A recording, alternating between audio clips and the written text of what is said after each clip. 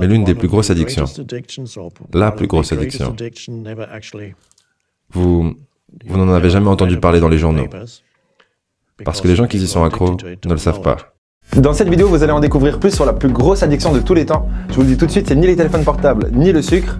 Je vous laisse découvrir tout ça tout de suite avec Eckhart Tolle.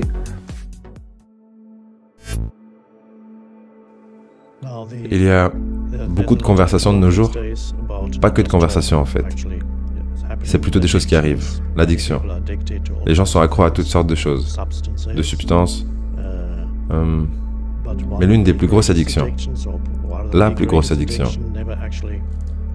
vous n'en avez jamais entendu parler dans les journaux, parce que les gens qui y sont accros ne le savent pas. C'est l'addiction de penser.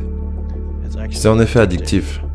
Ne pas pouvoir s'arrêter de penser, c'est comme ne pas pouvoir s'arrêter de boire, ne pas pouvoir s'arrêter de fumer, ne pas pouvoir s'arrêter de manger. Penser est la plus grosse addiction parmi toutes celles-ci. Et c'est une addiction parce que, premièrement, c'est une drogue qui existe depuis tellement longtemps. Et ça donne un pseudo-sens de soi-même. Donc il y a une plus grande résistance pour la plupart des gens lorsqu'il s'agit de laisser partir des pensées. Parce que c'est associé à l'état du sommeil, de laisser partir les pensées. Il n'y a pas beaucoup à comprendre dans cet enseignement. Il y a quelques trucs à comprendre en ce qui concerne le fonctionnement de l'ego, mais même ça en soi, c'est principalement de l'observation de soi-même. La chose principale à ce sujet, c'est la présence. La présence. La présence est un endroit où il n'y a pas de pensée. Mais la présence peut aussi être là dans le fond, même lorsque des pensées ont lieu. Vous pouvez toujours ne pas être complètement impliqué dans ces pensées. Alors les pensées perdent leur habilité à créer des ravages dans votre vie et à vous mettre dans un état de confusion. Donc, votre choix n'est pas d'en comprendre plus ou d'apporter une analyse intellectuelle à la pratique, mais plutôt d'entraîner cet état sans pensée, qui peut être atteint de façon variée, comme vous le savez probablement. Si vous n'y pensez pas, faites-le juste en devenant plus conscient du moment présent et en l'acceptant tel qu'il est. Cela ralentit l'esprit hyperactif. C'est une chose. Parce que beaucoup de la suractivité de l'esprit est une tentative de s'éloigner de la simplicité du moment présent. La plupart des gens sont très associés à leurs pensées. Et il y a un petit problème avec ça. Mais déjà, qu'est-ce que ça veut dire être associé à ses pensées? Ça veut dire que parce que vous avez pensé ce type de pensée, vous êtes forcément ce type de personne. Mais pas forcément. On dit « je pense, donc je suis ». Je dirais plutôt « je pense, donc je subis ». En tout cas, si je ne contrôle pas ces pensées. Parce que vous pensez tout et n'importe quoi dans une journée. Et vous ne pouvez pas être toutes ces choses en même temps. Et du coup, l'idée, ça va être d'entendre tout ce que vous pensez dans une journée, dans vos journées, dans une vie globalement, et de décider proactivement et non réactivement de vous associer aux pensées qui correspondent à ce que vous voulez devenir. Donc, pour devenir plus conscient du moment présent, comme entraînement, ajoutez peut-être quelques rappels dans votre bureau, dans votre voiture, avec les mots « moment présent » ou juste un symbole pour ça. Il y a différents points d'entrée dans le moment présent. La conscience du moment présent signifie que les pensées se calment. Peut-être qu'elles ne disparaîtront pas totalement, mais quelque chose d'autre fait surface. Cette chose est primaire. On appelle ça la présence, la conscience. Les bouddhistes appellent ça la pleine conscience. Ce que je n'utilise pas parce que ça laisse comprendre que votre esprit est rempli de choses. Mais c'est bien sûr pas le cas. C'est juste une mauvaise traduction. Pour être présent, pour commencer à utiliser le moment présent pour devenir... Mais comment est-ce que vous devenez conscient du moment présent? Quand vous l'aurez trouvé, après quelque temps, vous aurez une sensation de la présence du présent, pour ainsi dire, directement, et il apparaîtra. Mais une chose qui aide, c'est la perception à travers les sens. Cela vous sortira des pensées, si vous ne jugez pas les perceptions perçues, les étiqueter, les nommer. Regardez autour de vous, peu importe où vous êtes. Regardez autour de vous. Entraînez-vous à ressentir à travers vos sens, sans les interférences compulsives de nommer ce que vous percevez.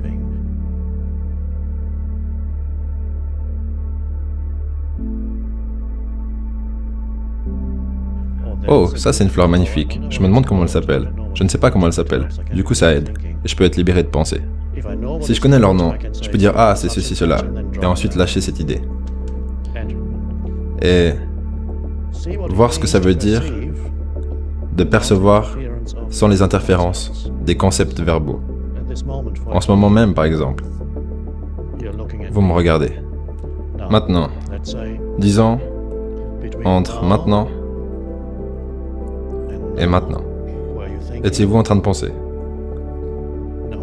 Non. Et encore une fois, entre maintenant et maintenant. Étiez-vous en train de penser ou étiez-vous présent? Pas de pensée. Et pendant que je parle, est-ce que vous avez besoin de penser pour comprendre ce que je dis ou est-ce que vous pouvez juste écouter et comprendre? Et c'est ce que vous faites. Et donc, cette partie de l'enseignement est la fonction d'un maître spirituel. Transmettre l'information est secondaire. Ce que je suis en train de vous dire maintenant est secondaire. Ce qui est primaire, c'est cet état de conscience sous-jacent, qui est la présence. C'est l'enseignement. Mais il n'est pas possible d'en parler. C'est implicite. Mais un signe que cela fonctionne, c'est que pendant que vous écoutez, il n'y a pas de pensée. Il y a juste cette présence éveillée. Et lorsque ce soi-disant maître s'arrête de parler pendant un moment, la présence éveillée reste là. Elle n'a pas besoin d'être remplie avec quoi que ce soit. Comme maintenant. À quoi est-ce que vous pensez? Rien. Maintenant, si on fait ça pendant plus longtemps, à un moment, votre esprit va probablement commencer à penser. Pour combien de temps encore va-t-il rester assis ici? Et quand cela arrivera, laissez votre esprit dire « Pour combien de temps encore va-t-il rester assis ici ?» puis ne rien dire pour ensuite revenir à la présence. Et ensuite, d'autres pensées arriveront. Mais qu'est-ce que tout ça veut dire dans le fond? Vous pouvez laisser cette pensée apparaître, puis être présent à nouveau. Ce qui signifie que votre priorité n'est plus de suivre la pensée à l'endroit où elle souhaite vous emmener. Parce que la pensée a une attraction magnétique. Elle veut plus de votre conscience. Elle veut grandir. Parce que c'est une petite entité. Elle veut grandir. Et donc elle veut votre attention. De façon subtile, elle essaye d'obtenir votre attention. Elle peut même utiliser des sensations corporelles, disant « Mon Dieu, qu'est-ce que j'ai faim d'un coup? Il faut que j'aille manger quelque chose. » Et ensuite vous pensez « Dans quel restaurant je vais aller manger tout à l'heure ?» Et donc la présence n'est plus là. Vous n'êtes plus là, et vous cherchez un restaurant dans votre esprit. Exercice simple à pratiquer pour arrêter d'être l'esclave de votre esprit turbulent. C'est hyper simple. Vous vous mettez dans une pièce où vous ne serez pas dérangé pendant 15 minutes. Vous pouvez aussi mettre un timer, comme ça vous n'avez pas besoin de penser au temps. Et vous vous asseyez, vous fermez les yeux, vous inspirez, expirez profondément quelques fois, juste de quoi vous calmer et de vous centrer un peu mentalement. Et ensuite vous vous posez la question suivante. Je me demande quelle sera la prochaine pensée. Et vous attendez. Ce qui va se passer, c'est que pendant les premières secondes, il n'y aura aucune pensée. Puis vous allez être entre guillemets aspiré par une pensée qui va vous prendre sans vous en rendre compte. Probablement c'est ce qui va se passer. Et l'idée ça va être de sortir de cette pensée dès que vous vous en rendez compte, revenir à cet état centré et accepter de ne pas aller plus loin dans cette pensée. Puis vous reposez la question suivante, je me demande quelle sera la prochaine pensée. Et faire ça une dizaine de fois, le plus de fois possible, jusqu'à ce que vous ayez absolument plus aucune pensée qui vienne aspirer votre esprit de cette façon. Ce qui veut dire que la pensée a utilisé des éléments corporels pour générer des pensées à ce sujet qui sont sans intérêt. Parce que vous ne pouvez pas trouver un restaurant, vous êtes là debout. Mais il utilise toutes sortes de méthodes pour obtenir votre attention. Si vous n'êtes pas prudent, si vous ne connaissez pas les mécanismes, ce n'est pas tellement une compréhension intellectuelle, mais une simple réalisation que c'est ce que l'esprit fait. Il essaie de vous attraper. C'est comme ça, c'est ce qu'il fait. Mais une fois que vous savez ça, vous pouvez permettre à vos pensées d'apparaître sans pour autant les suivre à l'endroit où elles souhaitent vous emmener, ce qui est dans une autre plus grande pensée et ensuite dans une autre encore plus grande. Pour qu'ensuite vous deveniez comme mon chien, quand il trouve une odeur. Quand soudainement, quand il est sans laisse, généralement tout va bien, mais soudainement il trouve une odeur et après il s'en va en étant complètement inconscient de ce qui l'entoure. Il suit juste l'odeur, comme ça. Et il pourrait se perdre, et il va jusqu'à l'horizon des fois. Et quand vous suivez une pensée, ça fonctionne comme ça. Vous pouvez vous réveiller 20 minutes plus tard. Et ça a commencé par avoir une petite faim. Et penser à un restaurant.